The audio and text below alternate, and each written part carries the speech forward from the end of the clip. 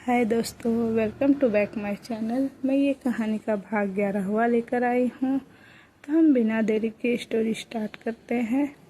वहीं दूसरी तरफ गाड़ी में बैठा रजत गुस्से से कांप रहा था। उसे नहीं पता था कि शीतल को देर क्यों हो रही है, लेकिन उसके दिमाग में इस वक्त बहुत कुछ चल रहा था। शीतल अपने आंसू साफ करते हुए बाहर आई तो रजत को यही लगा कि जिस तरह से रजत ने उसे किस किया, शायद वह इसी वजह से रो रही है। शीतल उसकी गाड़ी में आकर बैठी और रजत गाड़ी स्टार्ट करते हुए गुस्से से बोला, इतना भी कुछ नहीं किया जो तुम इस तरह आंसू बहाती फिर रही हो। बहुत कुछ हो चुका है हम दोनों के बीच, तो एक किस से इतनी प्रॉब्लम नहीं होनी चाहिए तुम्हें। तुम तो मेरी मिस्ट्रेस हो, कोई गर्लफ्रेंड नहीं जो इस तरह बिहेव कर रही हो। शीतल जो अब तक सब कुछ कंट्रोल कर रही थी, अब उससे रजत की बातें बर्दाश्त नहीं हुई। वो गुस्से से बोली, आप इतने हार्टलेट कैसे हो मिस्टर ग्रीन आइज। मैं रो रही हूँ क्योंकि मुझे आपकी बातों से तकलीफ हो रही है, लेकिन आप है कि आप मुझे इंसान तक नहीं समझते। हाँ, माना कि मैं आपकी मिस्ट्रेस हूँ, लेकिन क्या मेरे अंदर दिल नहीं है?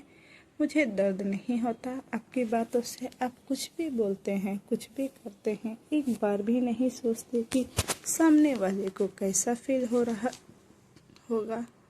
रजत एटीट्यूड से बोला, तो तुम्हें क्या लगता है कि तुम्हें हर्ट हो रहा है तो मैं तुम्हें मनाता फिरूं?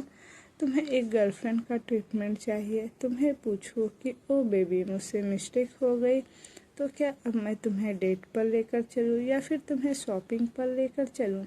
शीतल दांत पीसते हुए बोले, मुझे आपकी शॉपिंग और आपके डेट में बिल्कुल भी इंटरेस्ट नहीं है।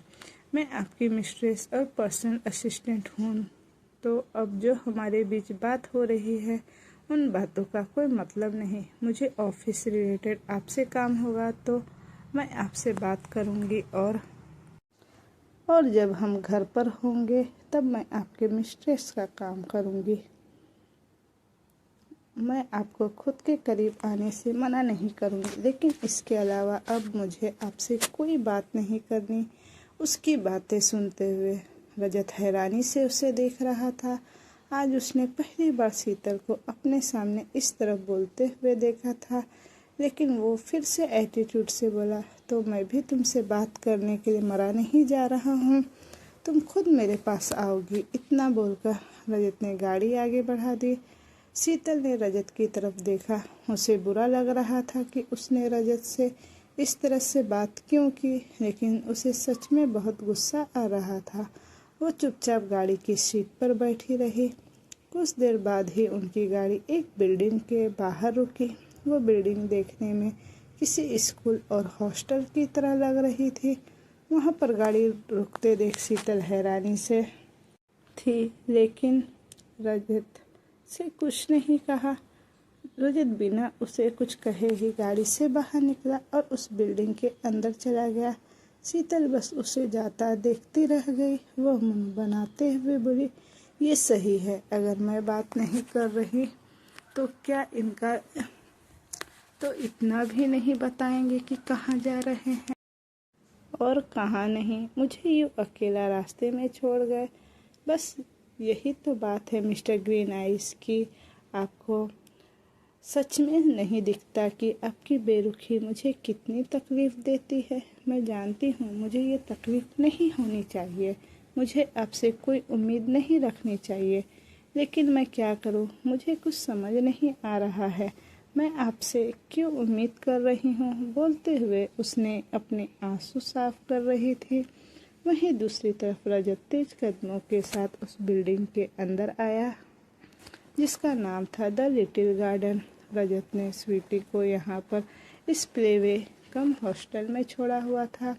अंकिता रजत को बिल्कुल भी नहीं वक्त देती थी, जिसकी वजह से अंकिता और रजत के बीच बहुत सारी लड़ाइयाँ शुरू होती थी। शुरुआती दिनों में रजत स्वीटी को संभालने की पूरी कोशिश करता था, लेकिन बिजनेस और अंकिता के साथ चल रही लड़ाइयाँ में वो स्वीटी का ख्याल नहीं रख पाता था। कामाक्षी जी स्वीटी का ख्याल रख सकती थी, लेकिन रजत नहीं चाहता था कि स्वीटी पर अंकिता का गलत असर पड़े, इसीलिए 4 साल के होते ही रजत ने उसे इस बोर्डिंग प्ले में एडमिशन करवा दिया था। और आज स्वीटी ने जब उसे फ़ोन करके कहा कि वो उससे मिलना चाहती है तो रजत अब उससे मिलने आया था। वो अंदर आया और स्वीटी के बारे में पूछा तो सबके चेहरे डर से कांपने लगे। रजत तकरीबन 10 मिनट वेटिंग हॉल में स्वीटी का इंतज़ार करता रहा, लेकिन स्वीटी को लेकर कोई भी टीचर नहीं आई तो वो वापस रिसेप्शन पर आया। सामने से रिसेप्शनिस्ट हड़बड़ाती हुई उसके एक्सप्रेशन देखकर रजत गुस्से से बोला, कहाँ है स्वीटी? अगर उसे ज़रा सी भी तकलीफ हुई ना तो मैं इस प्लेवे में आग लगा दूंगा। वो रिसेप्शनिस्ट डरते हुए बोली, नहीं नहीं सर, ऐसा कुछ नहीं है, वो बस अभी स्वीटी आ ही रही है, आप प्लीज़ 2 मिनट और वेट कर लीजिए। वहीं दूसरी तरफ बाहर गाड़ी में बैठ बैठ कर शीतल थक गई थी, लेकिन जैसे ही वो गाड़ी से बाहर निकली उसकी नज़र सामने एक बच्चे पर गई जो तकरीबन 5 साल की थी और सड़क की तरफ जा रहे थे। सामने से ही एक ट्रक आ रहा था। उस बच्ची को सड़क के बीचों बीच जाते देख शीतल की धड़कन एकदम से रुक गई। वो जल्दी से उस बच्ची की तरफ भागी। वो ट्रक इतनी ज़्यादा स्पीड में थी कि उस बच्ची को देखकर ब्रेक लगा नहीं पाया और तेज़ी से उस सड़क पर गुजर गया। लेकिन आखिरी पल में शीतल ने बड़ी हिम्मत से काम लेते हुए उस ट्रक के बिल्कुल सामने जाकर उस बच्ची को अपनी बाहों में समेटा और सड़क के किनारे जाकर गिरी। अगर वो ऐसा नहीं करती तो शायद उसके हाथों में वो सिमटी हुई बच्ची आज जिंदा नहीं होती। वो बच्ची भी, शीतल भी बुरी तरह से कांप रही थी और वो बच्ची बुरी तरह से रोने लगी। शीतल की बाहों में एक बच्ची सिमटी हुई थी और वो बच्ची कोई और नहीं बल्कि स्वीटी थी। शीतल अपनी जगह पर गिरी हुई कांप रही थी, लेकिन उसने स्वीटी को बहुत अच्छी तरह से कसकर अपनी बाहों में समेटा हुआ था। हालांकि स्वीटी रो रही थी। हिम्मत कर, शीतल जल्दी से स्वीटी को लेकर वहां से खड़ी हुई और चुप कराने की कोशिश करने लगी। वो उसे कुछ कहती उससे पहले ही वहाँ 2-3 लेडीज आई, जिनमें से एक ने बिना कुछ कहे ही स्वीटी को शीतल से छीन लिया। शीतल बस उनकी तरफ देखती ही रह गई। उस औरत ने कसकर अपनी बाहों में स्वीटी को पकड़ा और गुस्से से घूरने लगी। शीतल वो सब देखते हुए बोली, आप कौन? एक लेडीज तुरंत बोली, ये हमारी बच्ची है, तुम इसे चुरा कर लेकर जा रही थी ना? शीतल हैरान रह गई। उसे एक तो उनकी लापरवाही की वजह से आज स्वीटी को कुछ भी हो सकता था और दूसरा वो शीतल पर ही ब्लेम कर रही थी। वो गुस्से से बोली, बिल्कुल भी नहीं, बल्कि अगर मैं वक्त पर इस बच्ची के पास नहीं पहुंचती तो आप सोच भी नहीं सकते इस बच्ची के साथ क्या क्या हो सकता था। आपको पता है यहाँ पर हाईवे है और इतनी बड़ी बड़ी गाड़ियाँ आ जा रही है, आप इतनी बड़ी लापरवाही कैसे कर सकती हैं? आप अपनी बच्ची को अकेला कैसे छोड़ सकती हैं? वो लेडीज शीतल के सवालों से चुप हो गई। वो लेडीज कोई और नहीं, उस प्लेवे की एक स्टाफ थी जिसका काम बच्चों का ख्याल रखना था। उन्हें शीतल के बोलने के अंदाज से ही पता चल गया कि शीतल उन पर भारी पड़ सकती है, इसीलिए वो तुरंत अपनी गलती मानते हुए बोली, वो मुझसे गलती हो गई, आइंदा मुझसे ऐसी गलती नहीं होगी। इतना कर वो स्वीटी को लेकर वहाँ से चली गई। शीतल बस उसे जाता देखती रह गई। वह हैरानी से बोली, कोई ऐसे अपने बच्चों के साथ कैसे कर सकता है? अगर उस बच्चे को कुछ हो जाता तो थैंक गॉड आज मैंने उसे बचा लिया। अगर उसे कुछ हो जाता ना तो मैं खुद को कभी माफ़ नहीं कर पाती। शीतल अभी बोल ही रही थी कि उसे रजत का ख्याल आया। उसने तुरंत अपनी गाड़ी की तरफ देखा। दूर से देखने पर पता चल रहा था कि गाड़ी में कोई बैठा है या नहीं। वो तुरंत गाड़ी की तरफ आई और जब उसने रजत की को गाड़ी में नहीं देखा तो एक राहत की सांस ली। वहीं दूसरी तरफ वो अंदर रजत गुस्से से स्टाफ को देख रहा था। अभी तक स्वीटी वहाँ पर नहीं आई थी, लेकिन तभी स्वीटी की आवाज़ वहाँ पर गूंजी, डैडी। आवाज़ सुनकर रजत तुरंत पीछे पलट कर देखा तो कुछ ही दूरी पर स्वीटी खड़ी थी। स्टाफ ने जल्दी से स्वीटी के कपड़े भी चेंज कर दिए थे और शीतल ने जिस तरह से उसे बताया था स्वीटी को चोट भी नहीं लगी थी। रजत उसे देखकर मुस्कुराया और उसने स्वीटी के लिए अपने हाथ फैला दिए। स्वीटी तुरंत आकर उसके पैरों से लिपट गई। रजत ने उसे अपनी गोद में उठाया और बोला, कैसा है मेरा बच्चा? स्वीटी ने अपना सर हाँ में हिलाया। मैं अच्छी हूँ डैडी, आप स्वीटी से मिलने आ गए तो अब मैं और भी ज़्यादा अच्छी हो गई। स्वीटी आपको बहुत मिस कर रही थी डैडी। आपने स्वीटी को नहीं मिस किया? उसकी वो मासूमियत और प्यार भरी बात सुनकर रजत मुस्कुराया और उसके गाल पर किस करते हुए बोला, डैडी ने आपको बहुत मिस किया, बहुत बहुत। स्वीटी मासूमियत से बोली, अगर आपने मुझे मिस किया तो आप स्वीटी को अपने साथ क्यों नहीं ले जाते? स्वीटी को भी अपने मम्मा और डैडी के साथ रहना है। मुझे यहाँ बिल्कुल अच्छा नहीं लगता। स्वीटी की बात सुनकर अब रजत खामोश हो गया। उसके पास अब स्वीटी की बातों का कोई जवाब नहीं था। वो क्या बताए उसे कि वो अपने साथ उसे क्यों नहीं ले जा सकता। वो हल्का मुस्कुराया और बोला, डोंट वरी बच्चे, डैडी आपको बहुत जल्द अपने साथ लेकर जाएंगे। स्वीटी की आंखों में नमी तैरने लगी। वो रोते हुए बोली, आपको पता है डैडी, मेरा आपके साथ रहने का मन करता है और आज भी आप मुझे अपने पास आने नहीं देना चाहते, इसलिए मैं यहाँ से बाहर चली गई थी। पर बाहर बिग बिग गाड़ियाँ चल रही थी, इसीलिए मुझे पता नहीं चला मेरे को चोट लग जाती अगर वो स्वीटी की ब्यूटीफुल स्वीटी मुझे नहीं बताती तो। उसकी बात सुनकर रजत के चेहरे पर हैरानी भरे एक्सप्रेशन आ गए। वो कन्फ्यूजन से स्वीटी की बातें सुन रहा था। उसने तुरंत पूछा, तुम क्या बोल रही हो स्वीटी? बच्चे, कहाँ चोट लग जाती तुम्हें? तुम किस चीज़ के बारे में बात कर रही हो?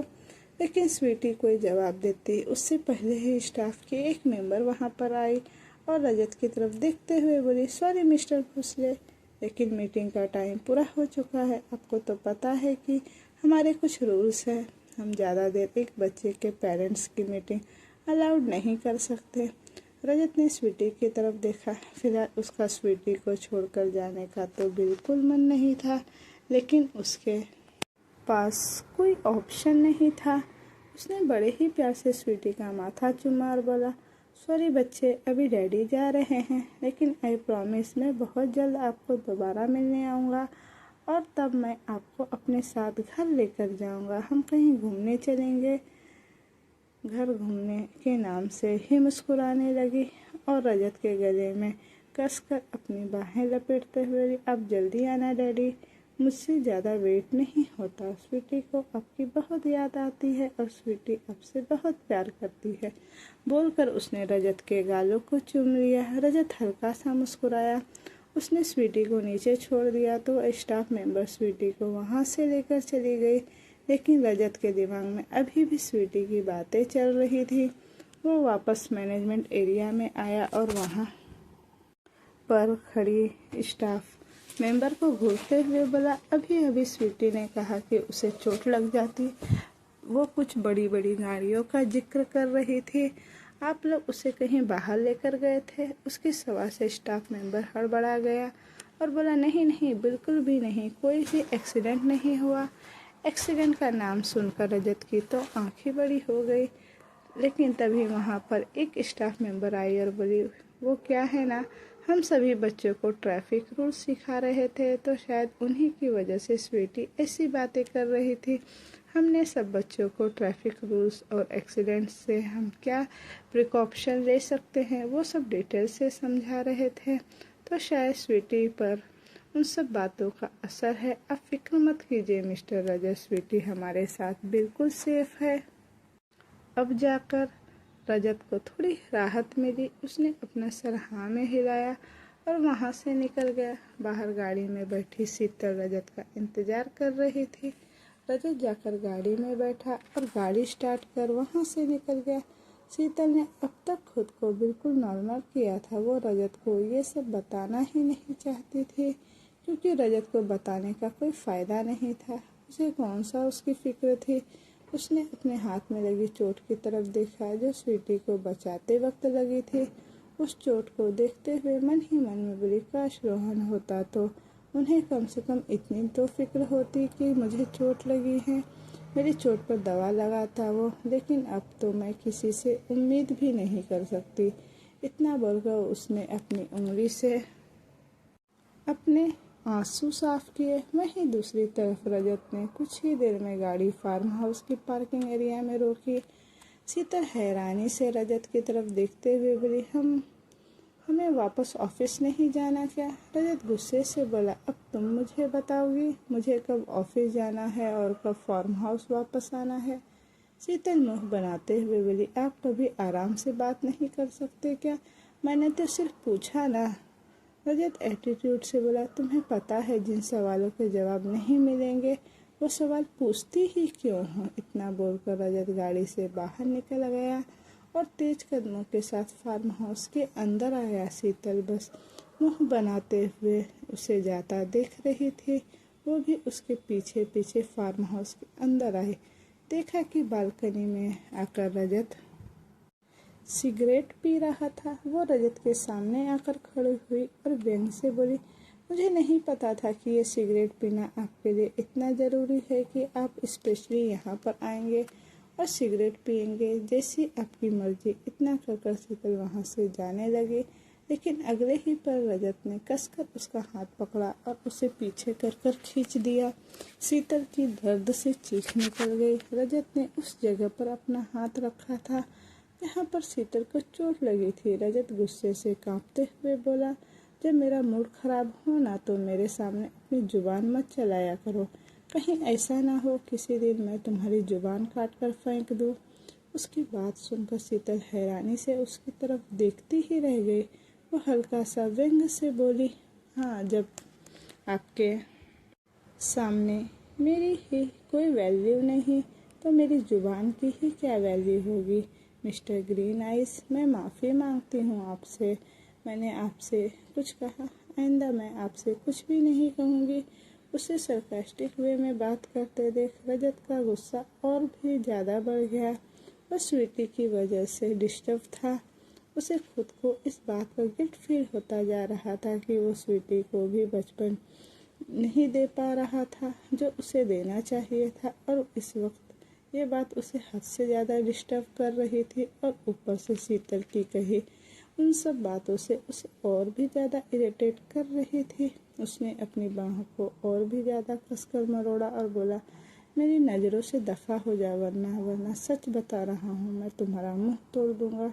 उसके गुस्से से आग उगलती हुई नज़रों को देखकर शीतल का दिल भी अब बैठने लगा था। उसने अपना चेहरा झुकाया और दर्द से कराहती हुई आवाज़ में बोली, अगर आप मेरी कलाई छोड़ेंगे तो ही तो मैं जाऊंगी ना यहाँ से। उसकी बात सुनकर रजत ने एक झटके से उसकी कलाई छोड़ दी। शीतल अपनी नमी भरी आंखें लेकर तुरंत वहाँ से चली गई। उसके जाने के बाद रजत को अपने हाथ में कुछ गीला गीला सा महसूस हुआ। उसने अपने हाथ की तरफ देखा तो वहाँ पर काफ़ी सारा ब्लड लगा हुआ था। उसकी आंखें बड़ी हो गई। शीतल अपने आंसू साफ करते हुए वॉशरूम की तरफ आई और जोर से दरवाज़ा बंद कर दिया। वहीं अपने हाथ की तरफ देखते हुए रजत के चेहरे का भी रंग उड़ गया। वो तुरंत शीतल के पीछे पीछे भागा आया, लेकिन तब तक शीतल वॉशरूम के अंदर जा चुकी थी और दरवाज़ा अंदर से बंद कर चुकी थी। रजत ने दरवाज़ा नॉक किया और बोला, दरवाज़ा खोलो सिली गर्ल। शीतल अंदर रो रही थी और शावर के नीचे खड़ी थी। उसने अपने कपड़े भी नहीं उतारे थे। दरवाज़ा नॉक होने की आवाज़ पहले तो उसे सुनाई दी, लेकिन जब रजत ने काफ़ी जोर से दरवाज़ा बजाया तो वो अंदर से ही बोली, अब क्या काम है आपको? मेरे वॉशरूम में आने से भी आपको प्रॉब्लम है? रजत गुस्से से बोला, मैंने कहा ना दरवाज़ा खोलो सिली गर्ल, क्या तुम्हें सुनाई नहीं दे रहा? शीतल रोते हुए बोली, मैं नहीं खोलूँगी दरवाज़ा, मुझे नहीं करनी आपसे बात। आपको वॉशरूम में जाना है तो जाइए। इस फार्म हाउस में और भी बहुत सारे वॉशरूम हैं, किसी और में भी चले जाइए, लेकिन यहाँ मैं हूँ और मैं दरवाज़ा नहीं खोलूँगी। रजत गुस्से से कांपते हुए बोला, तुम दरवाज़ा खोल रही हो या मैं दरवाज़ा तोड़ दूँ? शीतल ने झट से डर से अपनी आंखें बड़ी हो गई, लेकिन उसने सोच लिया था कि वो दरवाज़ा नहीं खोलेगी। इसीलिए अपनी जिद पर अड़ी हुई वो बोली, नहीं, मैं दरवाज़ा नहीं खोलूँगी। रजत का इतना ही सुनना था कि उसका गुस्सा बर्दाश्त से बाहर हो गया। उसने जोर से अपना हाथ दरवाजे पर मारा और पीछे की तरफ पलट गया। अगले ही पल वो दरवाज़ा जोर से ऊपर आया। दरवाज़ा एक झटके में खुल गया। शीतल अपनी जगह पर खड़ी खड़ी कांप गई। ऊपर शावर चल रहा था और पूरी तरह से पानी से भीगी हुई शीतल शावर के नीचे खड़ी खड़ी कांप रही थी। तेज कदमों से रजत उसके पास आया और बोला, क्या छुपा रही हो तुम मुझसे? शीतल को समझ नहीं आया कि उसने रजत से क्या छुपाया। वो अटक अटक कर बोली, मैंने तो आपसे कुछ भी नहीं। वो अभी बोल ही रही थी कि रजत ने उसके हाथ की तरफ देखा। पानी में भीगने की वजह से खून काफ़ी हद तक बंद हो चुका था, लेकिन हाथ पर लगी हुई चोट बता रही थी कि खून वहीं से बह रहा था। उसने उसकी कलाई को पकड़ा और बोला, ये क्या है? शीतल की तो आंखें बड़ी हो गई। उसे समझ नहीं आ रहा था कि वो अब रजत को क्या बताए। उसने कुछ बोला ही नहीं जा रहा था। रजत उसे इंटेंस नज़रों से देखते हुए बोला, ये चोट कैसे लगी तुम्हें सिली गर्ल? शीतल ने अपना हाथ पीछे खींचना चाहा, लेकिन रजत ने उतने ही जोर से उसकी कलाई पकड़ ली। शीतल को एक बार फिर से अपनी कलाई में दर्द महसूस हुआ। उसकी आंखों से आंसू आने लगे, लेकिन शावर के पानी की वजह से वो आंसू रजत को दिखाई नहीं दे रहे थे। वो रोते हुए बोली, आप मेरा दर्द पूछने आए हैं या फिर मेरा दर्द बढ़ाने? जिस तरह से आपने मेरी कलाई को पकड़ रखा है, मुझे और भी ज़्यादा दर्द हो रहा है। छोड़िए मुझे। रजत व्यंग से बोला, तुम्हें क्या लगता है कि मैं तुम्हारे पास इसलिए आया हूँ क्योंकि मुझे तुम्हारे दर्द से फ़र्क पड़ रहा है और मैं इस दर्द को कम करने आया हूँ? बिल्कुल भी नहीं। मुझे सिर्फ ये जानना है कि आखिर तुम्हें ये चोट लगी कैसे? शीतल का गला सूखने लगा। वो कुछ सोचते हुए बोली, जब आप गाड़ी पार्क कर उस बिल्डिंग के अंदर गए थे तो मैं गाड़ी से बाहर निकल रही थी, लेकिन मेरा हाथ गाड़ी के दरवाजे में ही फंस गया, तभी ये चोट लग गई मुझे। रजत की नज़रें उस पर और भी ज़्यादा गहरी हो गई।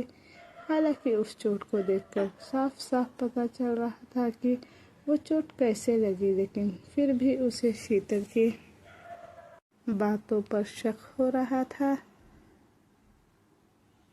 शीतल कुछ सोचती समझती उससे पहले ही रजत ने उसे गोद में उठाया और बाहर की तरफ लेकर जाने लगा। शीतल की तो आंखें बड़ी हो गई। उसने हाथ खुद ब खुद रजत के सीने पर आ गए। वो रजत की तरफ देखते हुए बोली, आप मुझे कहाँ लेकर जा रहे हैं? रजत ने कुछ नहीं कहा, बस उसे अपनी तिरछी नज़रों से देखता रहा। बाहर आकर उसने शीतल को बेड पर लिटाया। शीतल तुरंत अपनी जगह से उठते हुए बोली, ये आप क्या कर रहे हैं? मैं पूरी तरह से गीली हूँ और आप मुझे बेड पर। अभी वो बोल ही रही थी कि रजत उस पर झुका। शीतल एक बार फिर से पूरी तरह से पीछे बेड की तरफ बैंड हो गई। रजत बिल्कुल उसके चेहरे के करीब आकर बोला, अगर अब तुम्हारा मुंह खुला तो तुम्हें पता है मैं तुम्हारे साथ क्या करूँगा? रजत जब शीतल के होठों की तरफ देखने लगा तो शीतल ने अपने होठों को कसकर भींच लिया। शीतल को अपने होठों को यूं दबाते देख रजत के चेहरे पर हल्की सी मुस्कुराहट तैर गई, लेकिन जल्द ही उसने उस मुस्कुराहट को अपने एक्सप्रेशनलेस चेहरे के पीछे छुपा लिया। रजत कपबोर्ड की तरफ बढ़ा और वहाँ से मेडिकल बॉक्स लेकर आया। मेडिकल बॉक्स लाकर रजत ने शीतल के हाथ को छुआ तो शीतल ने दर्द से अपनी आंखें बंद कर ली। वो जितना इस दर्द को नज़रअंदाज कर रही थी, अब वो दर्द उतना ही ज़्यादा बढ़ रहा था। शायद अंदरूनी चोट की वजह से ऐसा हो रहा था। रजत ने बड़ी ही नाजुकता से उसके हाथ को अपने हाथ में थामा और पहले उसे अच्छे से क्लीन किया और फिर उस पर दवाई लगाई। रजत उसके हाथ को देखते ही बता सकता था कि चोट अंदरूनी है, इसीलिए उसने उस पर गर्म पट्टी भी बांध दी। शीतल अपनी एकटक नज़रों से रजत को देख रही थी। उसे उम्मीद नहीं थी कि रजत उसकी चोट की ऐसी केयर करेगा। रजत की इन्हीं हरकतों की वजह से तो उसके दिल की धड़कनें बढ़ जाती थी और उसे रजत से उम्मीद होने लग जाती थी। लेकिन फिर भी रजत अपनी कड़वी बातों से उसकी उम्मीद को तोड़ भी बहुत जल्द ही देता था। रजत ने पट्टी बांधकर उसके चेहरे की तरफ देखते हुए पूछा, अब ठीक लग रहा है? सिली गर्ल, शीतल के लिए तो जैसे उसका इतना पूछना भी न जाने कितनी बड़ी बात हो गई। उसके चेहरे पर बड़ी ही लंबी सी स्माइल आ गई। रजत गुस्से से बोला, ये मुस्कुरा क्यों रही हो? चोट लगी है ना, दर्द नहीं हो रहा? शीतल ने हल्का सा अपना सर हाँ में हिलाया। रजत अपने टॉक्सिक वे में बोला, मुझे नहीं लगता दर्द में लोग इस तरह स्माइल पास करते हैं। शीतल ने मुंह बनाया और बोली, आपको मेरे मुस्कुराने से भी प्रॉब्लम है? रजत एक्सप्रेशनलेस होकर बोला, मुझे तुम्हारे मुस्कुराने से प्रॉब्लम नहीं सिली गर्ल। प्रॉब्लम तो इस बात से है कि जब चोट लगी है तो थोड़ा ध्यान तो देना चाहिए ना। शीतल बड़ी ही मासूमियत से बोली, आपको मेरी चोट लगने पर मेरी फिक्र हो रही है। रजत हंसा और बोला, इसे केयर करना नहीं कहते। तुम्हारे चोट लगी है तो मैंने दवा लगा दी। इसका मतलब ये नहीं कि तुम्हारी केयर कर रहा हूँ। अगर तुम्हारी जगह कोई भी लड़की होती तो शायद मैं ऐसा ही करता। कहकर रजत तुरंत वहाँ से चला गया। शीतल मुंह बनाते हुए उसे देखती रह गई। वो चिढ़कर बोली, कितना हार्टेड है मिस्टर ग्रीन आइस। अगर क्या हो जाता आप यूं ही कह देते कि आप मेरी केयर कर रहे हैं, पर नहीं, आपको तो बस गुस्सा करने के अलावा और कुछ नहीं आता। शीतल का ध्यान अब खुद पर गया। गीले कपड़ों की वजह से उसे ठंड लग रही थी, लेकिन अब वो इतनी बड़ी पट्टी बंधी होने की वजह से अपने कपड़े भी नहीं चेंज कर सकती थी और उसका हाथ भी ऊपर की तरफ नहीं उठ रहा था। पर तभी रजत एक बार फिर से उसके सामने आकर खड़ा हुआ और इस बार उसके हाथों में उसकी खुद की शर्ट थी। शीतल बस उसकी तरफ देखती ही रह गई। रजत ने उसे देखते हुए बोला, ऊपर उठो सिली गर्ल। शीतल एकदम से सुन्न रह गई। उसने जो कपड़े पहन रखे थे वो खुद तो उन कपड़ों को चेंज भी नहीं कर सकती थी, लेकिन रजत उसके कपड़ों को चेंज करेगा, ये सोचकर ही उसे बड़ा अनकंफर्टेबल सा फील होने लगा। रजत अब इस बार और भी ज़्यादा सर्द आवाज़ में बोला, तुम्हें एक बार में सुनाई नहीं देता क्या सिली गर्ल कि मैं क्या कह रहा हूँ? ऊपर उठो, मुझे चेंज करना है। शीतल अटक कर बोली, वो मैं अपने आप कर लूँगी। आप बस इसे यहीं रख दीजिए। रजत हंसा और बोला, जब मैं कुछ कहूँ ना तो तुम मुझे रोका मत करो सिली गर्ल। फिर मैं तुम्हें कुछ कहूँगा तो तुम्हारा मुंह बन जाएगा, पर तुम खुद ऐसी बातें करती हो कि मैं तुम्हें सुनाता रहूं। अब ऊपर उठ रही हो या फिर मैं ज़बरदस्ती करूं? शीतल का एक बार फिर से मुंह बन गया। वो हल्का सा ऊपर की तरफ उठी। रजत उसके ऊपर झुका। शीतल ने अपने दोनों हाथ अपने नेक पर रखे थे, क्योंकि कपड़े गीले होने की वजह से उसके कपड़े काफ़ी रिवीलिंग हो चुके थे और उसे रजत से शर्म आ रही थी। रजत ने उसके दोनों हाथों को उसके ऊपर हटाया और बोला, सिली गर्ल, तुम्हारी हरकतें मुझे नहीं लगता कभी सुधरने वाली है।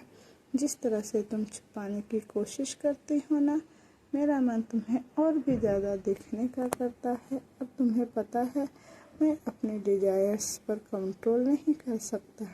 मैं सिर्फ कपड़े चेंज करने आया था, लेकिन तुम्हारी हरकतें मुझे कुछ और करने पर मजबूर कर रही हैं। उसकी बात सुनकर शीतल ने खुद ही अपने हाथ ढीले छोड़ दिए। रजत ने उसकी ड्रेस की फ्रंट जिप को खोला और शीतल को देखते हुए उसके खुद के एक्सप्रेशन चेंज होने लगे। हालांकि अभी वो कुछ सोच नहीं रहा था, लेकिन शीतल को देखते हुए वो खुद पर कंट्रोल भी नहीं कर पा रहा था। अगले ही पल शीतल की ड्रेस नीचे जमीन पर पड़ी हुई थी और रजत उसके ऊपर बेड पर आ चुका था। शीतल उसे देखते हुए बोली, पर मेरा हाथ दर्द हो रहा है। रजत उसे अपनी गहरी नज़रों से देखते हुए बोला, तुम्हारे हाथ को कुछ नहीं कर रहा हूँ silly girl, but I can't control my self, बोलकर उसने शीतल की गर्दन पर अपने होठ रख दिए और उसकी गर्दन को किस करने लगा। शीतल की तो सिसकियाँ निकल रही थी। उसने अपना दूसरा हाथ रजत की पीठ पर रखा और उसका हाथ खुद ब खुद रजत की पीठ को सहलाने लगा। रजत ने उसके दूसरे हाथ को भी अपने हाथों में जकड़कर ऊपर की तरफ लगा दिया।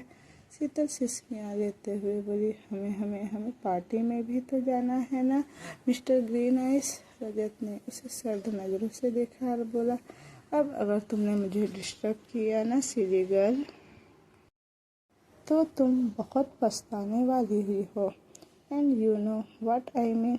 बोलकर उसने एक बार फिर से शीतल की गर्दन पर अपने होठ रखे और उसे बेतहाशा चूमने लगा। शीतल बस गहरी गहरी सिसकियाँ भर रही थी। वो भी रजत जो कुछ कर रहा था उसमें खोने लगी थी। रजत धीरे धीरे नीचे की तरफ बढ़ने लगा और शीतल की सिसकियाँ और भी ज़्यादा तेज होने लगी।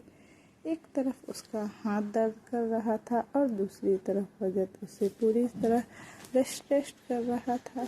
रजत ने उसके पेट को चूमना शुरू कर दिया। शीतल ने अपना हाथ एक झटके से रजत से छुड़ाया और रजत के बालों में फंसा लिया। वो अपने हाथ को रोक नहीं पा रही थी, लेकिन जैसे ही उसका हाथ रजत को अपने बालों पर महसूस हुआ, रजत ने उसकी कलाई को पकड़ा और अपना चेहरा ऊपर कर उठाकर उसके सर्द नज़रों को देखते हुए बोला, मैंने कहा था ना सिली गर्ल, तुम बहुत पछताओगी। शीतल उसकी बात सुनकर डर गई। वो जानती थी कि अब रजत आगे क्या करेगा और रजत ने वही किया। उसने उसका हाथ बेडशीट पर लगाया और खुद और भी ज़्यादा नीचे हो गया। शीतल और भी ज़्यादा बेचैन होने लगी। वो आहें भरते हुए बोली, प्लीज़ मिस्टर ग्रीन आइज, मुझसे ये सब बर्दाश्त नहीं होता, ये बहुत अजीब है। कुछ देर बाद रजत उसके चेहरे पर आया और बोला, you know what I just love this thing. बोलकर रजत शीतल की होठों को चूमने लगा। शीतल को बहुत अजीब सा फील हुआ, पर अभी भी उसका हाथ बेडशीट पर इतना ज़्यादा कसा हुआ था कि वो रजत को रोक तक नहीं पाई। रजत एक बार फिर से पूरी तरह से उसके ऊपर झुका और शीतल की आंखों में आंखें डालकर बड़ी ही सेलेक्टिव नज़रों से देखने लगा। शीतल ने तुरंत अपना चेहरा घुमा लिया। उसे दर्द महसूस हो रहा था। रजत धीरे धीरे सॉफ्ट होने लगा और कई घंटों तक ये सिलसिला चलता रहा। तकरीबन रात के 8 बजे बेड पर सोई हुई शीतल की आंखें खुली। रजत ने उसे इतना ज़्यादा थका दिया था कि उसे पता भी नहीं चला कि कब उसकी आंखें लग गई। अब उसने अपनी आंखें खोली तो आंख खोलते ही वो अपनी जगह पर उठकर बैठे। उसकी नज़र सामने मिरर की तरफ गई जहाँ पर रजत खड़ा था। इस वक्त वो पार्टी के लिए रेडी हो रहा था। शीतल उसे रेडी होते देख मन ही मन में बोली, मिस्टर ग्रीन आइज पार्टी में जा रहे हैं। थैंक गॉड वो अकेले ही पार्टी में जा रहे हैं। उन्होंने मुझे पार्टी में अपने साथ चलने के लिए नहीं कहा। लेकिन अब तभी रजत की आवाज़ उसके कानों में सुनाई दी, इट्स ओके कि तुम खुद ही उठ गई, मैं बस तुम्हें अभी उठाने ही वाला था। जल्दी से उठो और पार्टी के लिए तैयार हो जाओ। शीतल अपनी बड़ी बड़ी आंखों से उसे देखते हुए बोली, पर आप तो पार्टी के लिए तैयार हो गए हैं ना, और मुझे तैयार होने में तो बहुत टाइम लग जाएगा, तो आप अकेले ही। अभी वो बोल ही रही थी कि रजत उसके सामने आकर खड़ा हुआ और बोला, तुम्हें नहीं लगता आजकल तुम अपनी जुबान कुछ ज़रूरत से ज़्यादा ही चलाने लगी हो, और जुबान के साथ साथ दिमाग भी। शीतल अपना चेहरा झुकाकर बोली, नहीं ऐसा नहीं है, वो बस मैं आइडिया दे रही थी। रजत हंसा और बोला, इतनी औकात नहीं है तुम्हारी कि तुम रजत भोसले को आइडिया दो। इतना कहा है, जल्दी से करो, और वहाँ तुम मेरी पर्सनल असिस्टेंट के हिसाब से जाओगी, तो डोंट थिंक सो कि मुझे तुम्हें कुछ समझाने की ज़रूरत है। शीतल ने अपना चेहरा हाँ में हिलाया और बेड से उठी।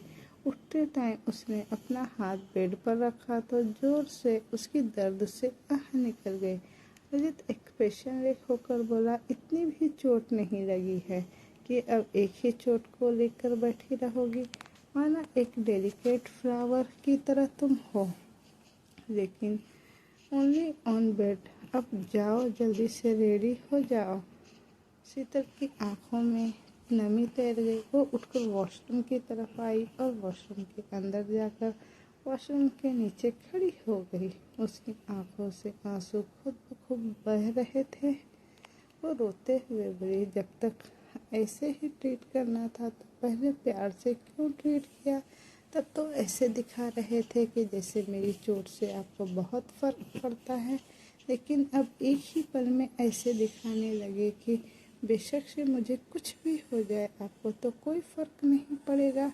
शावर लेकर वो बाथरूम पहनकर वॉशरूम से बाहर आई। क्लोसेट में से एक गाउन लेकर ड्रेसिंग रूम की तरफ बढ़ गई, लेकिन तभी रजत ने उसे रोका और बोला, ये नहीं, तुम ये पहनोगी। बोलते हुए उसने सामने रखे हुए टेबल पर बैग की तरफ इशारा किया। शीतल ने उस बैग की तरफ देखा।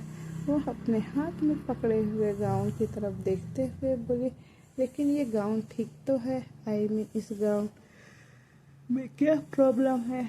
रजत ने उसे फिर से अपनी गुस्से भरी नज़रों से देखा। शीतल मुंह बनाकर बोली, जैसा आपको ठीक लगे वैसे भी मैं होती कौन हूँ ये सेलेक्ट करने वाली कि मुझे क्या पहनना है। मुझे तो अब ये भी इजाज़त नहीं कि मुझे अपना दर्द भी महसूस करना है या नहीं तो कपड़ों की बात है, क्या ही है। इतना कहकर उसने वो बैग उठाया और चेंजिंग रूम की तरफ चली गई। रजत उसे जाते देखता रह गया। इस वक्त उसके चेहरे पर बड़े ही फ्रस्ट्रेशन भरे एक्सप्रेशन थे। शीतल ने ड्रेसिंग रूम में आकर जब उस बैग को खोला तो उसकी आंखें हैरत में फैल गई। वो उस गाउन को इसलिए पहन रही थी ताकि पार्टी में कुछ ऐसे कपड़े पहन कर जाए जिसमें वो पूरी तरह से कवर हो, क्योंकि वो ड्रेस भले ही स्लीवलेस था लेकिन फुल लेंथ था, जिसमें उसकी टांगें तो कम से कम दिखाई नहीं देने वाली थी। लेकिन अपने सामने साड़ी को देखकर अब उसे रियलाइज़ हो गया था कि वो कितनी बड़ी गलती करने वाली थी। उसने जल्दी से साड़ी को निकाला और उसे पहन लिया। वो एक रेड कलर की साड़ी में थी जिसके साथ ब्लैक कलर की सिमरी ब्लाउज थी। वो सच में काफ़ी खूबसूरत साड़ी थी। साड़ी पहनकर जब शीतल ड्रेसिंग रूम से बाहर आने लगी तो उसका दिल जोरों से धक धक करने लगा। साड़ी पहनकर रजत के सामने जाने का सोचकर ही उसके रोंगटे खड़े हो गए, लेकिन जब वो बाहर आई तो उसका चेहरा हल्का सा उतर गया, क्योंकि रजत कमरे में नहीं था। न जाने उसे क्यों मन कर रहा था कि वो जब साड़ी पहनकर ड्रेसिंग रूम से बाहर आए तो रजत उसे ही देखे। तुरंत ही इस ख्याल को महसूस कर उसने अपना सिर झटका और बोली, क्यों कर रही है शीतल तू ये सब? तुझे मिस्टर ग्रीन आइज से कोई उम्मीद नहीं रखनी चाहिए। बार बार वो तेरी इंसल्ट करेंगे तो क्या तुझे अच्छा लगेगा? अब मैं अपने इमोशन पर पूरा कंट्रोल करूँगी। बोलकर वो मिरर के सामने आई और तैयार होने लगी। उसकी नज़र सामने ड्रेसिंग पर गई तो उसने देखा कि वहाँ पर काफ़ी सारी एक्सेसरीज भी रखी हुई थी। उसने एक एक कर उन सबको पहना और आखिर में हाई हील्स पहनकर बाहर आई। बाहर हॉल में ही खड़ा रजत सिगरेट पी रहा था और उसके सामने नीरज खड़ा था। रजत नीरज की बातें सुनते हुए काफ़ी परेशान लग रहा था, लेकिन जैसे ही शीतल बाहर आई नीरज ने बोलना बंद कर दिया और रजत के एक्सप्रेशन भी चेंज हो गए। शीतल उसकी तरफ आई और हल्का सा मुस्कुरा कर बोली, मैं कैसी लग रही हूँ मिस्टर ग्रीन आइज? रजत गुस्से से कांपते हुए बोला, हाउ डेयर यू। उसे इतने गुस्से में देखकर शीतल अपनी जगह पर खड़ी खड़ी ही कांप गई। उसकी आंखों में नमी तैर गई। रजत उसका चेहरा देखकर एक बार फिर से गुस्से में बोला, जाओ जाकर चुपचाप गाड़ी में बैठ जा और जब तक मैं न आऊँ तब तक गाड़ी से बाहर मत निकलना। शीतल तुरंत वहाँ से बाहर पार्किंग एरिया की तरफ भाग गई। नीरज रजत को समझाते हुए बोला, सॉरी बॉस, शायद आपको मेरी बात सही ना लगे, लेकिन शीतल मैडम तो सिर्फ आपसे नॉर्मली यही पूछ रही थी कि वो कैसी लग रही है। आपको इस तरह रिएक्ट नहीं करना। अभी वो बोल ही रहा था कि रजत एक बार फिर से गुस्से से बोला, अब तुम मुझे बताओगे कि मुझे किसके साथ कैसे बिहेव करना है और कैसे नहीं। How dare you just get lost from my eyes. नहीं तो ऐसा ना हो गुस्से में मैं एक बार फिर से तुम पर अपना हाथ उठा दूं। नीरज ने अपना चेहरा झुका लिया। वो जानता था कि रजत इस वक्त बहुत ज़्यादा गुस्से में है, क्योंकि बात ही बहुत ज़्यादा गुस्से वाली थी। अंकिता ने आज सुबह जो तमाशा किया, उसके बाद रजत का गुस्सा होना वाजिब था। वो तुरंत वहाँ से चला गया। वहीं दूसरी तरफ रजत गुस्से से कांपते हुए बोला, ये तुमने सही नहीं किया अंकिता। मैं नहीं चाहता था कि मैं तुम्हारे साथ उलझूं, बिकॉज आई नो तुम पैसों के लिए किसी भी हद तक गिर सकती हो।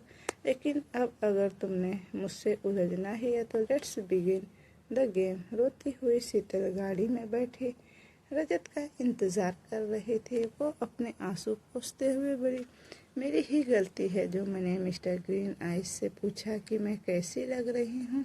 मैं बहुत अच्छी तरह से जानती हूँ जब उन्हें मुझ में कोई इंटरेस्ट ही नहीं, उन्हें तो बस मेरी बॉडी से मतलब है, तो मैं उनसे ये सवाल भी कैसे कर सकती हूँ। मैं ही पागल हूँ। बोलते हुए वो फिर सिसक रही थी। उसका पूरा चेहरा लाल हो चुका था, मेकअप खराब होने लगा था और आंखें भी बहुत ज़्यादा लाल हो चुकी थी। रजत फार्म हाउस से बाहर आकर गाड़ी में बैठा और बिना शीतल की तरफ देखे गाड़ी स्टार्ट कर दी। शीतल ने एक दो बार अपना चेहरा घुमाकर रजत की तरफ देखा। 100 बार खुद को ये कहने के बाद कि उसे रजत से कोई उम्मीद नहीं, खुद ब खुद उसे रजत से उम्मीद होने लग जाती थी। वहीं दूसरी तरफ रजत चुपचाप ड्राइविंग कर रहा था और सोच रहा था कि अब उसे आगे करना क्या है अंकिता के साथ। अंकिता उसकी इमेज बिगाड़ने में लगी हुई थी। उसने आज सुबह ही मीडिया हाउस में कॉल किया था और कहा था कि उसे एक इंटरव्यू देना है। जब सामने वाले मीडिया हाउस ने उसे इंटरव्यू का मैटर पूछा था, उसने कहा कि वो रजत के बारे में कुछ चीज़ें रिवील करने वाली है, उसकी पर्सनल लाइफ की, और यही इन्फॉर्मेशन अब रजत के पास आई थी। इस इन्फॉर्मेशन के बाद अब रजत बहुत अच्छी तरह से समझ चुका था कि अंकिता क्या कहेगी। वो एक बार फिर से सबके सामने रजत की इमेज को खराब करेगी और उस पर तरह तरह के इल्ज़ाम लगाएगी। कुछ ही देर में रजत की गाड़ी पार्टी वेन्यू में पहुंची और ब्रेक लगाकर रजत ने शीतल की तरफ देखा। पिछले लगभग आधे घंटे से वो शीतल का सिसकना सुन रहा था। वो शीतल की तरफ देखते हुए बोला, ये क्या ड्रामा लगा रखा है सिली गर्ल। शीतल चिढ़कर बोली, आपको तो ड्रामा ही लगेगा, पर यह ड्रामा नहीं है मिस्टर ग्रीन आइज, मुझे सच में रोना आ रहा है। बोलते हुए जिस तरह से शीतल ने मुंह बनाया हुआ था, उसे देखकर रजत के चेहरे पर मुस्कुराहट आ गई। इस वक्त वो बहुत ज़्यादा डिस्टर्ब था, लेकिन शीतल की हरकतें उसे सच में कई बार मुस्कुराने पर मजबूर कर देती थी।